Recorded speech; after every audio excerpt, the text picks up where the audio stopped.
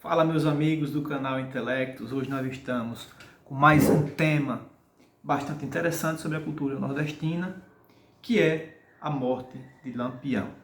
Estou aqui hoje com essa pequena revista, uma revista aí que trata sobre, é um documento histórico sobre a vida de Lampião, uma entrevista surpreendente, né, que já aconteceu aí com o nosso Virgulino Ferreira. Porém, hoje nós vamos nos ater somente à questão dos últimos dias de Lampião na Grota do Angico. Então, pessoal, a morte de Lampião e Maria Bonita, ela aconteceu aqui, onde eu resido, município de Porto da Folha, ano de 1938. O dia era 28 de julho de 1938. O município era Porto da Folha, no sertão do Sergipe. Hoje, o lugar da chacina de Lampião não mais pertence a Porto da Folha, pertence sim ao município de Poço Redondo. Então, porque foi desmembrado no ano de 1953. Né? Hoje nós vamos ler aqui algumas considerações sobre o último dia de Lampião e de mais 10 companheiros e de um policial volante. Tiveram a vida ceifadas nesse combate, nesse massacre, na verdade, que aconteceu na Grota do Angico. Na verdade, não foi um combate porque os cangaceiros não tiveram como revidar, porque foram pegos de surpresa às 5h30 da manhã, em torno disso aí. Vamos lá. A morte de Lampião e Maria Bonita. No dia 27 de julho de 1938, o bando acampou na fazenda Angicos, situada no sertão de Sergipe, esconderijo tido por Lampião como de maior segurança. Era noite, chovia muito, aqui é o inverno, em julho, né? Chovia muito e todos dormiam em suas barracas. A volante chegou tão de mansinho que nem os cães do bando eles pressentiram a chegada da volante, naquela região. Né? Então, por volta das 5h15, como eu havia falado, por volta das 5h15 da manhã, do dia 28, já no outro dia 28, os cangaceiros levantaram para rezar o ofício e se prepararam para tomar café. Foi quando um cangaceiro deu o alarme, já era tarde demais. Então eles tinham o hábito de manhãzinha cedo, quando acordavam, eles se retiravam, né, seguiam o Lampião, chefe, então o Lampião conduzia aquele pessoal, colocavam eles no canto e todo mundo ia rezar o ofício, né, rezar o Pai Nosso, etc. E isso antes ainda do café da manhã. Então foi nesse momento onde tudo aconteceu.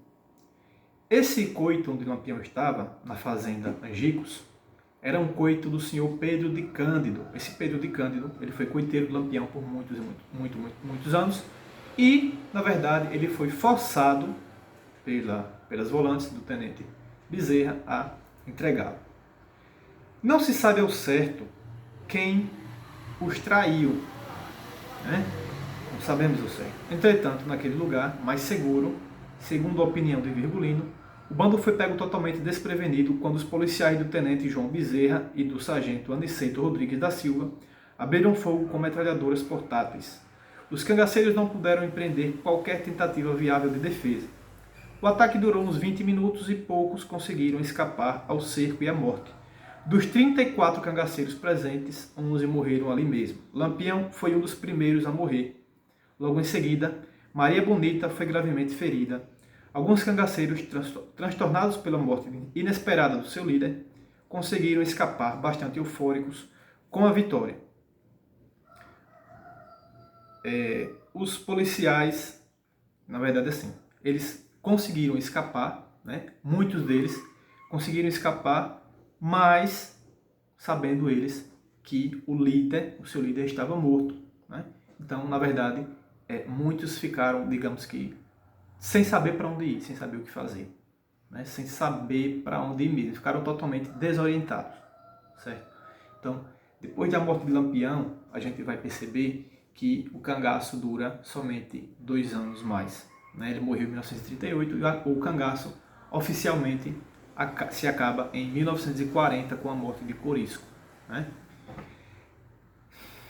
Então, Lampião foi um dos primeiros a morrer. Logo em seguida, Maria Bonita foi gravemente ferida. Alguns cangaceiros transtornados pela morte inesperada de seu líder conseguiram escapar. Bastante eufóricos com a vitória, os policiais apreenderam os bens e mutilaram os mortos. Apreenderam todo o dinheiro, o ouro e as joias.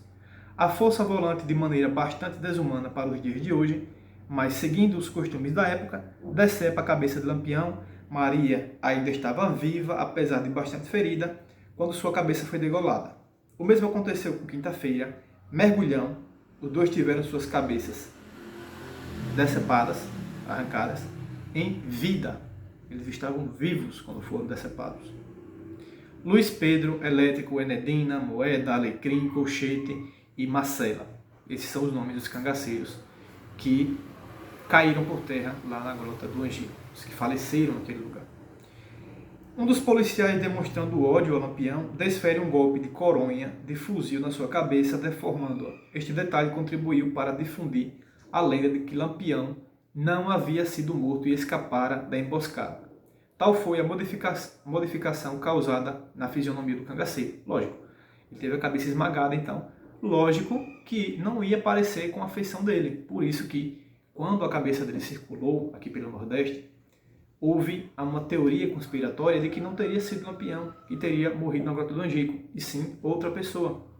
Alguns livros falam até de que seria um sósia, né? Uma pessoa muito parecida com Lampião que teria sido morta. Na verdade, existe a teoria de que Lampião fugiu para Minas Gerais e morreu com mais de 70 anos de idade. Lógico que a gente sabe que essas histórias não procedem, né? Nós temos filhas e netas de Lampião que confirmam a história oficial. Ex-cangaceiros, ex-volantes, ex-coiteiros que confirmam a tese oficial, né? Então, feito isso, salgaram as cabeças e as colocaram em latas de querosene contendo aguardente e cal, isso para preservar, lógico, da decomposição, né? Os corpos mutilados e ensanguentados foram deixados a céu aberto para servirem de alimento aos urubus. Para evitar a disseminação de doenças, dias depois, foi colocado creolina sobre os corpos. Como alguns urubus morreram intoxicados por creolina, este fato ajudou a difundir a crença de que eles haviam sido envenenados antes do ataque com alimentos entregues pelo coiteiro traidor. Então, eles colocaram lá esse veneno, a creolina, nos corpos, para que os urubus não comessem e não disseminassem doenças por aquela região. Isso, quando algumas pessoas se aproximavam depois desse dia, em dias posteriores, lá na região onde estavam os corpos, eles viram vários urubus mortos naquela região. Então, isso também ajudou a difundir a história de que eles teriam sido envenenados antes. Por isso que Lampião não teria reagido. Existe também essa possibilidade? Existe, nós não sabemos, né? Porém, o fato é que Lampião morreu no dia 28 de julho de 1938. Contra isso, não há nenhuma prova concreta de que Lampião não morreu aí. Agora, se por outro lado eles estavam envenenados ou não, aí é outra história, são outros 500, merece uma outra discussão, um outro debate sobre esse tema. Percorrendo os estados nordestinos, o coronel João Bezerra exibia as cabeças já em adiantado estado de decomposição, por onde passava, atraindo uma multidão de pessoas. Primeiro, os troféus estiveram em Piranhas, onde foram arrumadas cuidadosamente na escadaria da igreja, junto com armas e apetrechos dos cangaceiros, e fotografadas. Depois, Maceió, e depois foram ao sul do Brasil. Então, elas eram exibidas mesmo como se fosse troféu. Elas viajavam, foram até para a região sul do Brasil, né? Maceió, passou por Salvador também, Instituto Nina Rodrigues, etc. Depois de muitos anos que a família conseguiu enterrar os restos mortais dos cangaceiros, né? No IML de Maceió, as cabeças rolaram medidas pesadas, examinadas, pois os criminalistas eles achavam que um homem bom não viraria um cangaceiro. Este deveria ter características sui generis, né?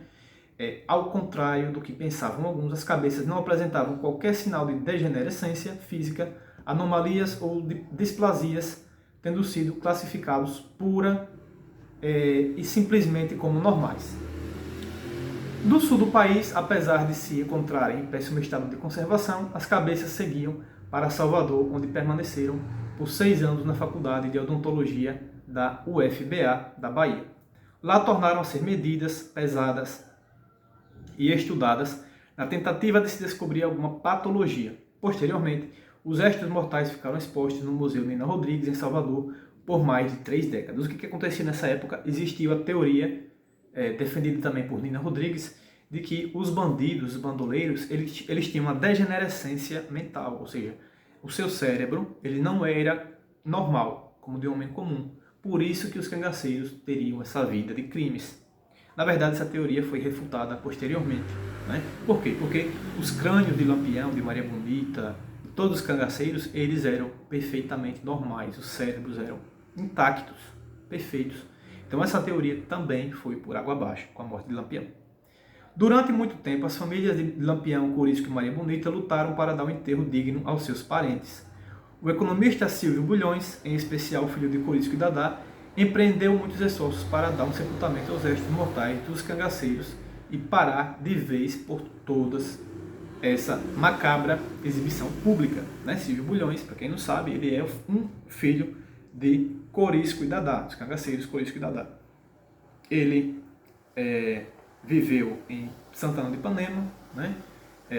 O cangaceiro Corisco entregou ainda quando ele era um bebê ao padre Bulhões, e o padre Bulhões cuidou dele e ele lutou aí bravamente, muito posteriormente, para conseguir dar um fim a essa macabra exibição, né? Dos seus parentes e enterrá-los respeitosamente. Segundo o depoimento do economista, 10 dias após o enterro do seu pai, violaram a sepultura, exumaram o corpo e em seguida cortaram-lhe a cabeça e o braço esquerdo, colocando-os em exposição no Museu Nina Rodrigues novamente. Esse cara é o filho de Corisco, não de Lampião. O enterro dos restos mortais dos cangaceiros só ocorreu depois do projeto de lei número 2867, de 24 de maio de 1965, ou seja, quase 20 anos depois, 30 anos depois da morte dos cangaceiros.